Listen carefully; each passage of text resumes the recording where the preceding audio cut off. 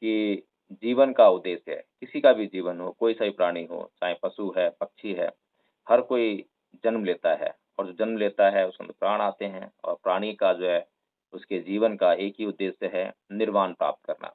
चाहे वो इस जन्म में करे, चाहे वो बहुत सारे जन्म ले, कितने भी जन्म ले, लेकिन जब तक वो जो है निर्वाण को प्राप्त नहीं करता है, वो हर बार उसको जन्म लेना पड़ेगा और ये जन्म और मरण के चक्कर में फँसना पड़ेगा और जन्म होते ही दुखों का चक्र शुरू हो जाता है। और जैसा कि बुद्ध ने बताया है कि जातिपि दुःखा, जरापि दुःखा, व्याधिपि दुःखा, मरणामपि दुःखा, शोक परिदेव दोमनस्य उपाया सापि दुःखा, अप्येहि संपयोगो दुःखो, प्येहि विपयोगो दुःखा, यम्पि छन्ने लभते तम्पि दुःखं, संख्यतेन पच्युपादान खद्दापि दुःखा। तो ये जो जीवन है, किसी का भी जीवन हो, कोई भी प्राणी हो, चाहे वो पशु है, पक्षी है, मनुष्य है, सभी का जीवन जन्म लेते ही दुखों से घिर जाता है और हम उस पूरे जीवन में दुखों पर कभी विचार नहीं करते। हम केवल और केवल सुखों पर ही विचार करते रहते हैं। अपने जीवन में सुख ढूँढते रहते हैं, सुख ढूँढते रहते हैं। इस सुख की चाह में हमारी जो तृष्णाएँ हैं निरंतर उत्पन्न होती रहती हैं और उस सुख के फेरे में निरंतर हम जो है संस्कार उत्पन्न करते रहते हैं, संस्कार बनते रहते हैं और हमारा निरंतर भव होता रहता है और हमें ये पता ही नहीं लगता कि हम क्या करते जा रहे हैं। बड़ी मुश्किल से, बहुत मेहनत से, बहुत कठिन परिश्रम से तथागत बुद्ध ने इस तकनीक को जाना, इस बारे में जान पाए कि ये जो बार-बार जन्म क्यों हो रहा है? ये दुःख ही दुःख संसार में क्यों है? जीवन में दुःख ही दुःख क्यों है? इस दुःख का अंत कैसे किया जाए? तो प्रिय धम्मबंधुओं, हमें जो है निर्वाण की तरफ बढ़ना है, महान व्यक्तित्व की तरफ बढ़ना है। आपके मन में नाना प्रकार के जो संदेह उत्पन्न होते हैं, वही आपके संकल्प में बाधा उत्पन्न करते हैं। इसलिए हमें जो है निरंतर इन बातों पर फ़ोकस करना चाहिए, ध्यान करना चाहिए और हमारे जो संकल्प हों, वो ऐसे ना हों कि हवा-हवाई हो जाएँ। बहुत बड़े-बड़े संकल्प ले लें, बहुत बड़ी-बड़ी बातें कर लें, लेकिन जब उनको क्रियान्वित करने की बारी आए, तो हम वहाँ पर बिल्कुल ही फ़ेल हो जाएँ। किसी साथी का कोई प्रश्न है? कृपया प्रश्न करें। हमें प्रश्न करने का मौका बहुत कम मिलता है। हज़ारों साल से मैं प्रश्न करने का मौका ही नहीं दिया। जब-जब प्रश्न किए तब-तब जो है नाना प्रकार के हमारे को जो है हमारे शरीर पर दंड लगा दिए। हमें बंद कर दिया हमारे प्रश्नों को जो है। आज हमें प्रश्न करने का मौका मिला है। एक ऐसा सद्धम्म मिला है, जो आपको प्रश्न करने के लिए प्रेरित करता है। और बिना प्रश्न किए किसी प्रकार से मना करता है। जी, जी। बहुत-बहुत साधुवाद देवता जी। बहुत अच्छी तरह से आपने समझाने का प्रयास किया है और यदि किसी साथी का आनापानसति और विपश्यना को लेकर जो देशराज जी ने इंटरप्रिटेशन दिया है, उसमें कोई सवाल हो, कुछ पूछना हो, तो वह पूछ सकता है। जब कोई वक्ता अपना वक्तव्य रख रहा हो, कुछ बता रहा हो, तो आपके मन के भीतर अगर जागृति रहती है, अगर आप जागरूक हो, तो संशय, संदेह और सवाल उठते रहते हैं। अगर आप जागरूक हैं, तो उन्हें आप जो है नोट करते हैं, तो बाद में उन्हें पूछ सकते हैं। इतनी जागरूकता हमें बनाए रखनी चाहिए। यदि किसी भी प्रकार का सवाल नहीं है, कोई संदेह नहीं है, तो इसका मतलब यह है कि हमारी आनापानसति अच्छी है, हम विपश्यना की तरफ बढ़ रहे हैं और निर्वाण की तरफ भी हम बढ़ रहे हैं। और अगर ऐसा नहीं है, तो इसका मतलब यह है कि हम निरंतर बेहोशी में जी रहे हैं और ये बेहोशी जो है, हमारे लिए बहुत खतरनाक है, क्योंकि इस बेहोशी के कारण ही संस्कारों का लगातार बनना जारी है। इन संस्कारों का बनना ही हमें रोकना है, वही हमें निर्वाण की तरफ लेके जा सकता है। हमारा या किसी भी प्राणी का, उसके जीवन का अंतिम लक्ष्य निर्वाण ही है। इस बात को हम नोट कर लें। किसी साथी का कोई प्रश्न है? कृपया प्रश्न करें। हमें प्रश्न करने का मौका बहुत कम मिलता है। हज़ारों साल से मैं प्रश्न करने का मौका ही नहीं दिया। जब-जब प्रश्न किए तब-तब जो है नाना प्रकार के हमारे को जो है हमारे शरीर पर दंड लगा दिए। हमें बंद कर दिया हमारे प्रश्नों को जो है।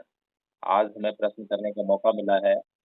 एक ऐसा सद्धम्म मिला है, जो आपको प्रश्न करने के लिए प्रेरित करता है। और बिना प्रश्न किए किसी प्रकार से मना करता है। जी, जी विनोद जी। जी विनोद जी।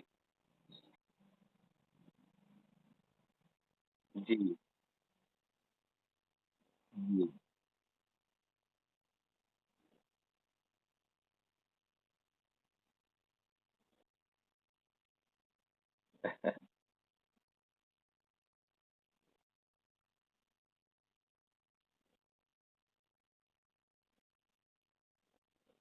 बहुत बढ़िया। जी, बहुत अच्छे।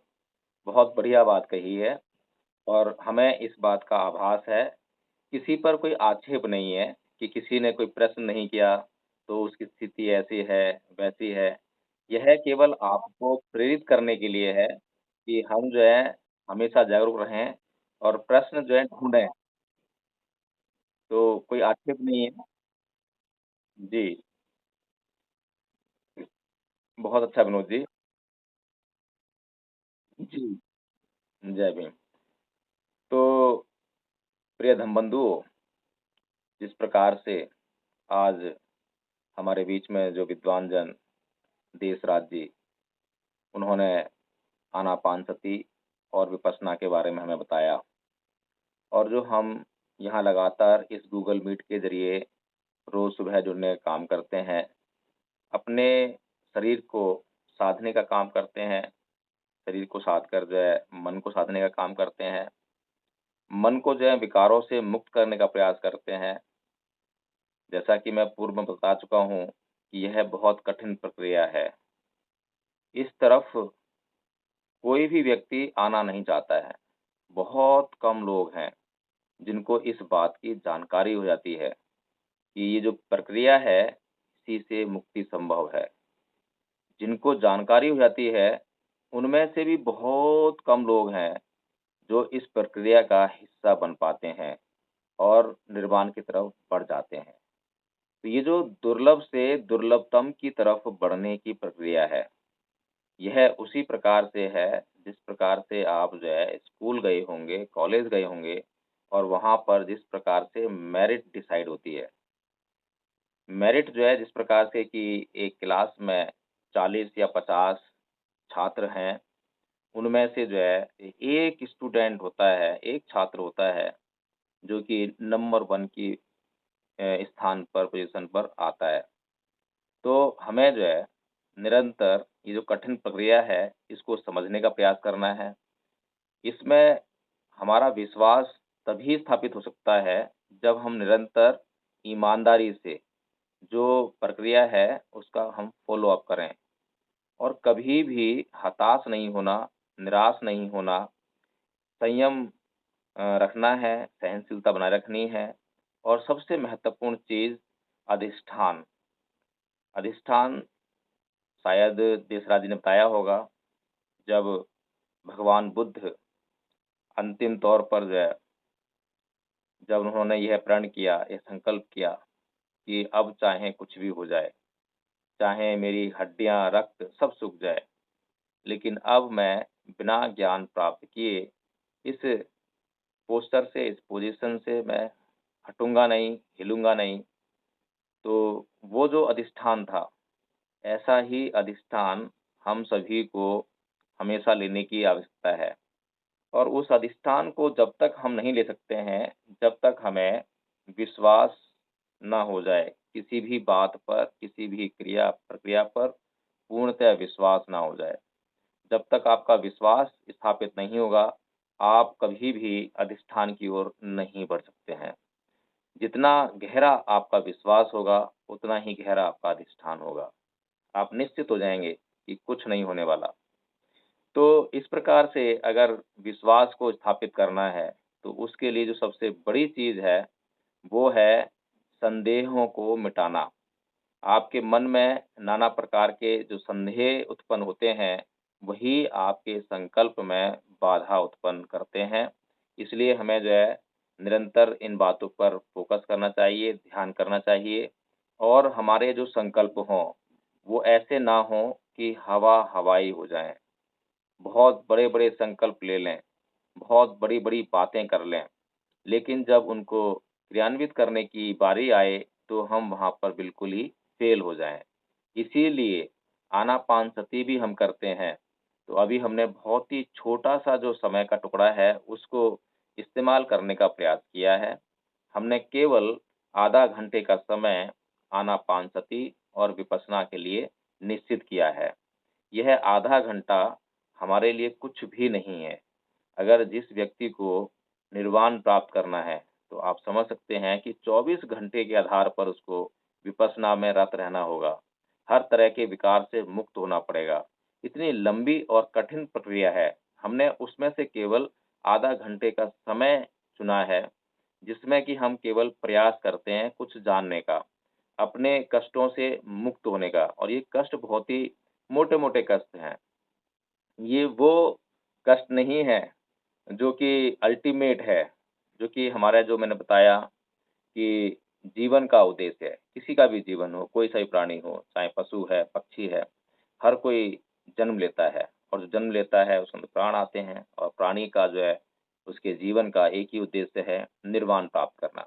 चाहे वो इस जन्म में करे, चाहे वो बहुत सारे जन्म ले, कितने भी जन्म ले, लेकिन जब तक वो जो है निर्वाण को प्राप्त नहीं करता है, वो हर बार उसको जन्म लेना पड़ेगा और ये जन्म और मरण के चक्कर में फँसना पड़ेगा और जन्म होते ही दुखों का चक्र शुरू हो जाता है। और जैसा कि बुद्ध ने बताया है कि जातिपि दुक्खा, जरापि दुक्खा, व्याधिपि दुक्खा, मरणामपि दुक्खा, शोक परिदेव दोमनस्य उपाया सापि दुक्खा, अप्येहि संपयोगो दुःखो, प्येहि विपयोगो दुःखः, यम्पि छन्ने लभते तम्पि दुःखं, संख्यतेन पच्युपादान खद्दापि दुःखः। तो ये जो जीवन है, किसी का भी जीवन हो, कोई भी प्राणी हो, चाहे वो पशु है, पक्षी है, मनुष्य है, सभी का जीवन जन्म लेते ही दुखों से घिर जाता है और हम उस पूरे जीवन में दुखों पर कभी विचार नहीं करते। हम केवल और केवल सुखों पर ही विचार करते रहते हैं। अपने जीवन में सुख ढूँढते रहते हैं, सुख ढूँढते रहते हैं। इस सुख की चाह में हमारी जो तृष्णाएँ हैं निरंतर उत्पन्न होती रहती हैं और उस सुख के फेरे में निरंतर हम जो है संस्कार उत्पन्न करते रहते हैं, संस्कार बनते रहते हैं और हमारा निरंतर भव होता रहता है और हमें ये पता ही नहीं लगता कि हम क्या करते जा रहे हैं। बड़ी मुश्किल से, बहुत मेहनत से, बहुत कठिन परिश्रम से तथागत बुद्ध ने इस तकनीक को जाना, इस बारे में जान पाए कि ये जो बार-बार जन्म क्यों हो रहा है? ये दुःख ही दुःख संसार में क्यों है? जीवन में दुःख ही दुःख क्यों है? इस दुःख का अंत कैसे किया जाए? तो प्रिय धम्मबंधुओं, हमें जो है निर्वाण की तरफ बढ़ना है, महान व्यक्तित्व की तरफ बढ़ना है और एक बात और जो मैं करना चाहता था कि महान व्यक्तित्व जो है, कहीं और से नहीं आते, हमारे ही बीच में से होते हैं। फ़र्क सिर्फ़ इतना होता है कि जो महान व्यक्तित्व होते हैं, वो अपने भीतर स्वयं को तलाशते हैं, सत्य पर आधारित होते हैं और सत्य का साथ कभी नहीं छोड़ते हैं। और वे हमेशा 3 चीज़ों को अपने जीवन में लाने का प्रयास करते हैं। पहला है त्याग, दूसरा समर्पण, तीसरा बलिदान। त्याग करते हैं इच्छाओं का, समर्पण करते हैं तन, मन और धन का और बलिदान करते हैं अपने विकारों का। काम, क्रोध, मोह, लोभ, द्वेष, तृष्णा, ईर्ष्या, विकार। तो प्रिय धम्मबंधुओं, आज की जो धम्म चर्चा है, यहीं तक। कल फिर जुड़ेंगे और तब तक के लिए यदि आज तक किसी का कोई प्रश्न हो, तो वह आमंत्रित है। अदरवाइज़ हम जो है, आज बहुत समय से समापन की ओर बढ़ रहे हैं। तो विनोद कुमार जी, आपने हाथ उठाया है, कृपया बताएँ?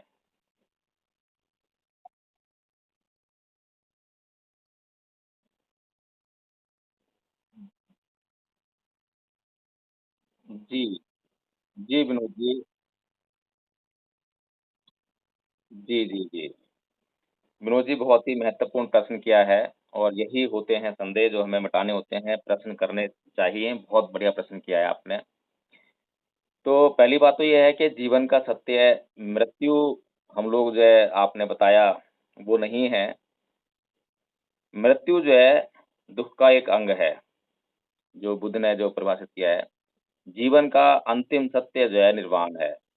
जैसे ही आपको निर्वाण प्राप्त हो जाएगा, आपका चित्त शांत हो जाएगा, पुनर्भव जो है समाप्त हो जाएगा। फिर आपने कहा कि इसका कोई प्रमाण है क्या? सबसे बढ़िया प्रमाण जो है, वो जो तीसरे प्रकार की जो प्रज्ञा होती है, भावनामय प्रज्ञा, वही है कि स्वयं से हम जो है विपश्यना के ज़रिए इस बात को जान जाएँ। लेकिन बुद्ध के जो कथन हैं, धम्मपद में जो बुद्ध कहते हैं कि अनेक जाति संसारं संधा विसंग अनिविसंग, गह कारकं गविसंतो दुःखा जाति पुनः पुनः। गह कारक दिट्ठोसि पुनः गेहं न काहसि। तो जो ये बुद्ध के वचन हैं, इन वचनों को जानकर हमें ये पता लगता है कि ये जो भगवान बुद्ध स्वयं कह रहे हैं कि मैं अनेक जन्मों तक इस संसार में घूमता रहा, ढूँढता रहा, खोजता रहा, अनुसंधान करता रहा और अब मुझे पता लग गया है, हे ग्रह कारक, अब मैंने तुझे देख लिया है, अब तू पुनः घर नहीं बना पाएगा। तो जिसको देख लिया है, वो है तृष्णा, कि बुद्ध ने जो है तृष्णा को देख लिया। तो इस पर जो है और विस्तृत चर्चा हम जो है फिर कभी करेंगे। आज समापन की ओर बढ़ते हैं। आपका बहुत-बहुत आभार विनोद जी। बहुत बढ़िया प्रश्न किया आपने और यही है मूल प्रश्न जो है, जो हमें ज्ञान और विज्ञान की तरफ लेके जाएँगे, प्रज्ञा की तरफ लेके जाएँगे। आपका बहुत-बहुत साधुवाद। तो सभी साथी या बंधुओं, आप सभ्यता के लिए तैयार हो जाएँ, अपने चित्त को जो है शांत व स्थिर कर लें और हाथ जोड़ लें और जिनको सभ्य सत्ता आती है, वे सभ्य सत्ता साथ में करेंगे। जिनको नहीं आती है, वे सुनकर उसको सीखने का, समझने का प्रयास करेंगे और एक बात ध्यान रहे कि हम एक साथ करें। अगर कोई आगे-पीछे होता है, तो अपने साथी का साथ लेकर उसके साथ होने का प्रयास करेगा। अलग-अलग हम बिल्कुल नहीं करेंगे। ध्यान रखें, जागरूक रहें। हाथ जोड़ लेंगे। सब्बे सत्ता सुखी होन्तु, सब्बे होन्तु सखेमिनो, सब्बे भद्राणि पश्यन्तु मा किञ्चित् दुःखमागमः। भवतु सब मंगलं, संसार के सभी प्राणियों का मंगल हो, किसी को किसी प्रकार का कोई कष्ट ना हो, यदि किसी को कोई कष्ट हो, तो उसे अपने कष्टों को दूर करने के लिए सम्यक मार्ग